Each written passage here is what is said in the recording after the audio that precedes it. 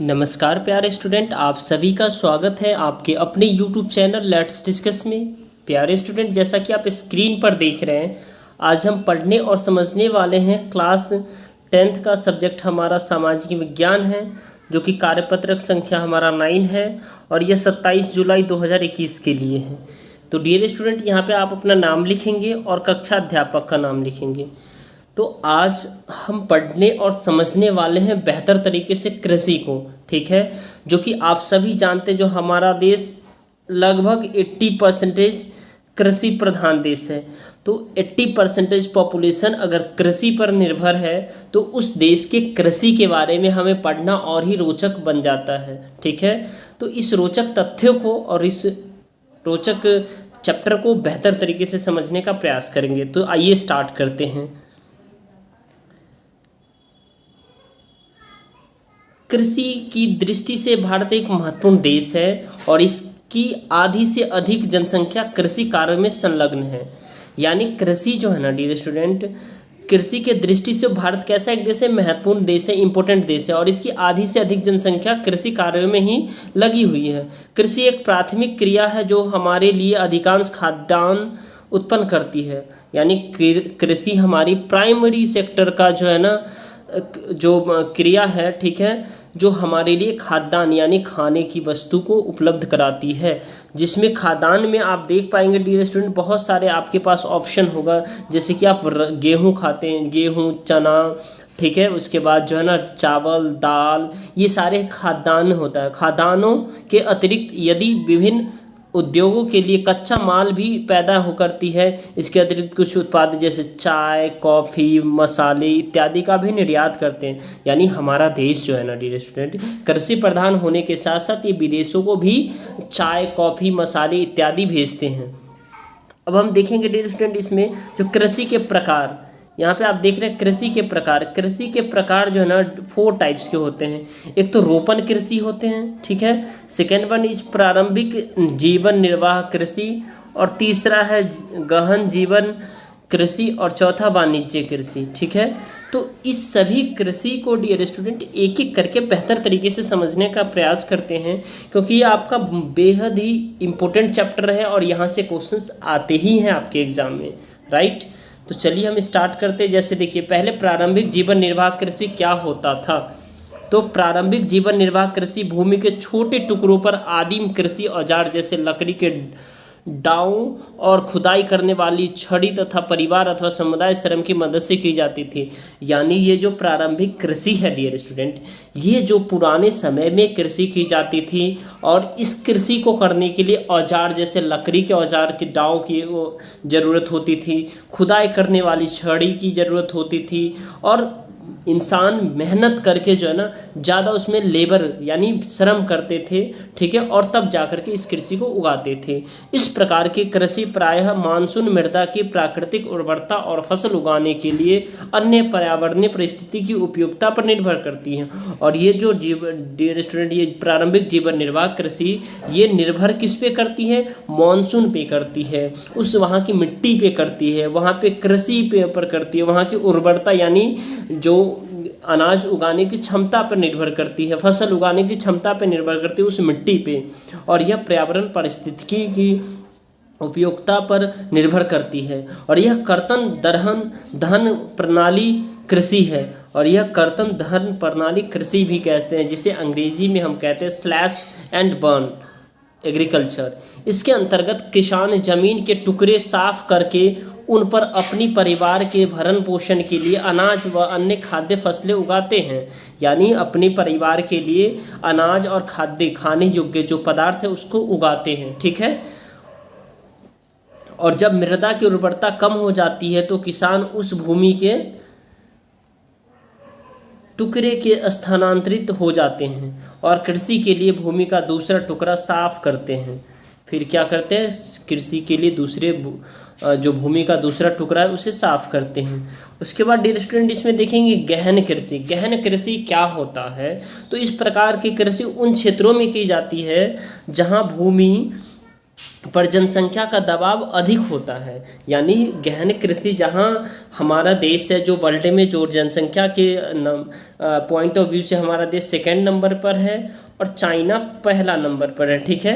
तो हमारे यहाँ जो डियर स्टूडेंट अधिकतर कृषि होती है वो गहन जीविका कृषि होती है, क्योंकि भूमि पर जनसंख्या का दबाव अधिक होता है, यहाँ जनसंख्या ज़्यादा है और यह श्रम गहन खेती है जहाँ अधिक उत्पादन के लिए अधिक मात्रा में जैव रासायनिक निवेशों और सिंचाई का प्रयोग किया जाता है।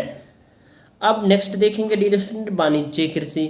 वाणिज्य कृषि इस प्रकार के कृषि के मुख्य लक्षण आधुनिक निवेश जैसे अधिक पैदावार देने वाले बीजों, रासायनिक उर्वरकों और कीटनाशकों के प्रयोग से उच्च पैदावार प्राप्त करना। यानी कि वाणिज्य कृषि जिसको कहते हैं व्यापारिक व्यापार, जैसे हम एक देश से दूसरे देश में भेजने के लिए ये कृषि करते हैं, इसमें हम क्या करते हैं और खुद के देश में भी यूज करते हैं। बट इसके लिए एक रीज़न है डियर स्टूडेंट, जो ये जब कृषि होती है तो इसमें निवेश अधिक लगता है, पैसे ज़्यादा इन्वेस्टमेंट होती है, और जिसमें इन्वेस्टमेंट होती है बीजों में होती है, रासायनिक उर्वरकों खादों पे होती है और कीटनाशक दवाइयों का ज़्यादा प्रयोग किया जाता है, क्योंकि उच्च पैदावार हमें चाहिए, ठीक है। और कृषि के वाणिज्यकरण का स्तर विभिन्न प्रदेशों में अलग अलग है। उदाहरण के लिए हरियाणा और पंजाब में चावल वाणिज्य की एक फसल है। हरियाणा और पंजाब में क्या है, चावल वाणिज्य की एक फसल है और एक फसल है, परंतु उड़ीसा में यह एक जीविका का फसल है, क्योंकि वहाँ चावल एक जीविका का है। वहाँ के अधिकतर लोग चावल उगाते हैं ज़्यादा से ज़्यादा और उसी पे निर्भर भी होते हैं, ठीक है।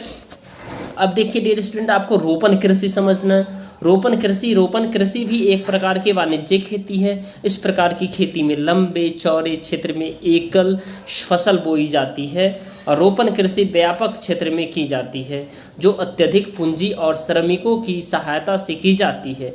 इससे प्राप्त सारा उत्पादन उद्योगों में कच्चे माल के रूप में प्रयोग किया जाता है और भारत में चाय, कॉफ़ी, रबर, गन्ना, केला आदि महत्वपूर्ण रोपण कृषि है। यानी रोपण कृषि डियर स्टूडेंट आपको पूछा जाए तो एक प्रकार की वाणिज्यिक कृषि है, ठीक है। और इस प्रकार की कृषि में जो है ना लंबे चौड़े क्षेत्र में एक फसल बोई जाती है और रोपण कृषि में क्या किया जाता है, ज़्यादा पूंजी लगती है और श्रम भी ज़्यादा लगती है, यानी मजदूर भी ज़्यादा लगते हैं, मेहनत भी ज़्यादा अधिक लगती है और इससे प्राप्त सारा उत्पादन जो है ना कच्चे माल के रूप में प्रयोग किया जाता है, जिसमें आप जानते ही हैं चाय है, कॉफ़ी है, रबर है, गन्ना है, केला है इत्यादि फसल रोपण कृषि कहलाते हैं, ठीक है। उसके बाद डियर स्टूडेंट इसमें बेहद ही खास 3 प्रश्न है। इस तीनों प्रश्न का हम एक एक करके आपको सॉल्यूशन दे रहे हैं। यदि आप एक किसान होते तो आप किस प्रकार के कृषि का कार्य करने में संलग्न होना पसंद करते। गहन जीविका कृषि में महत्वपूर्ण एक नोट लिखे और वाणिज्य कृषि एक गहन जीविका कृषि में अंतर स्पष्ट करें। तो चलिए डियर स्टूडेंट इस सभी क्वेश्चंस का एक एक करके हम बेहतर तरीके से आंसर देखने का प्रयास करते हैं, ठीक है। चलिए, तो क्वेश्चन नंबर हमारा फर्स्ट है डियर स्टूडेंट, यहाँ पे आप देख पा रहे हैं क्वेश्चन नंबर हमारा फर्स्ट है, यदि आप एक किसान होते तो आप किस प्रकार के कृषि कार्य में शामिल होना पसंद करते और क्यों। क्योंकि अगर मैं एक किसान होता तो एक वाणिज्यिक कृषि करना पसंद करता, क्योंकि वाणिज्यिक कृषि एक आधुनिक कृषि है जिसमें उत्पादन अधिक तथा लाभ भी दोनों अधिक होते हैं, ठीक है। उत्पादन के साथ साथ लाभ भी अधिक होते हैं, ठीक है, और जिसे खुद का विकास करता है और देश के विकास में योगदान देता है, ठीक है डियर स्टूडेंट। तो ये पहला क्वेश्चन का आपका आंसर हो गया, ठीक है। आई होप आपको ये बेहतर तरीके से समझ में आ रहा है डियर स्टूडेंट। इस चैनल पे आप सभी के लिए 1 से 2 दिन पहले वर्कशीट अपलोड कर दी जाती है। अगर आपको लगता है ये वर्कशीट हेल्पफुल होता है तो आप इस वीडियो को ज़रूर लाइक करें, अपने दोस्तों तक शेयर करें और इस चैनल पे नए हैं तो सब्सक्राइब कर लीजिए, ताकि जब भी मैं वीडियो डालूँ तो आपको इसका नोटिफिकेशन मिल जाए।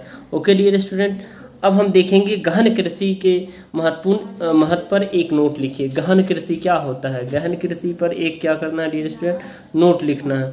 तो चलिए गहन कृषि पर एक नोट लिखते हैं। गहन कृषि जीविका निर्वाह कृषि उन प्रदेशों में की जाती है जहाँ जनसंख्या अधिक होती है। इस कृषि में मुख्य तौर पर खाद्यान्न उत्पादन का किया जाता है और इस कृषि में वर्ष में 2 या 2 से अधिक फसलें ली जाती है तथा अधिक श्रम की आवश्यकता होती है। यानी इस प्रकार के कृषि में डियर स्टूडेंट 2 या 2 से अधिक जो है ना क्या होता है वर्ष समय लगते हैं, फसलें उगाई जाती है और श्रम भी अधिक लगती है। ठीक है, जैसा कि अभी हम इससे पहले पढ़ रहे थे। उसके बाद वाणिज्य कृषि एवं गहन कृषि जीविका में कृषि में अंतर स्पष्ट करें, तो दोनों में आप लिख देंगे तो बहुत ही आसान सा हो जाएगा। ठीक है, तो चलिए इस सभी का आंसर देख लेते हैं डियर स्टूडेंट। वाणिज्य कृषि अधिकांश कम जनसंख्या वाले प्रदेश में की जाती है, जबकि गहन जीविका कृषि अधिक जनसंख्या वाले प्रदेश में की जाती है। वाणिज्य कृषि में मुख्य तौर पर व्यापारिक फसलों का उत्पादन होता है, जबकि गहन जीविका निर्वाह कृषि में खाद्यान्न फसलों पर जोर दिया जाता है। जबकि वाणिज्य कृषि में मशीनें तथा पूंजी की आवश्यकता गहन जीविका कृषि से अधिक लगती है। ओके डियर स्टूडेंट, तो आई होप आपको ये बेहतर तरीके से समझ में आया। अगर आपको ये लगता है ये वीडियो आपके लिए हेल्पफुल है तो इस वीडियो को लाइक कीजिए, हमारे चैनल पे नए हैं तो सब्सक्राइब कीजिए और अपने दोस्तों तक शेयर कीजिए। Okay dear student, thank you, thanks a lot for watching, have a nice day.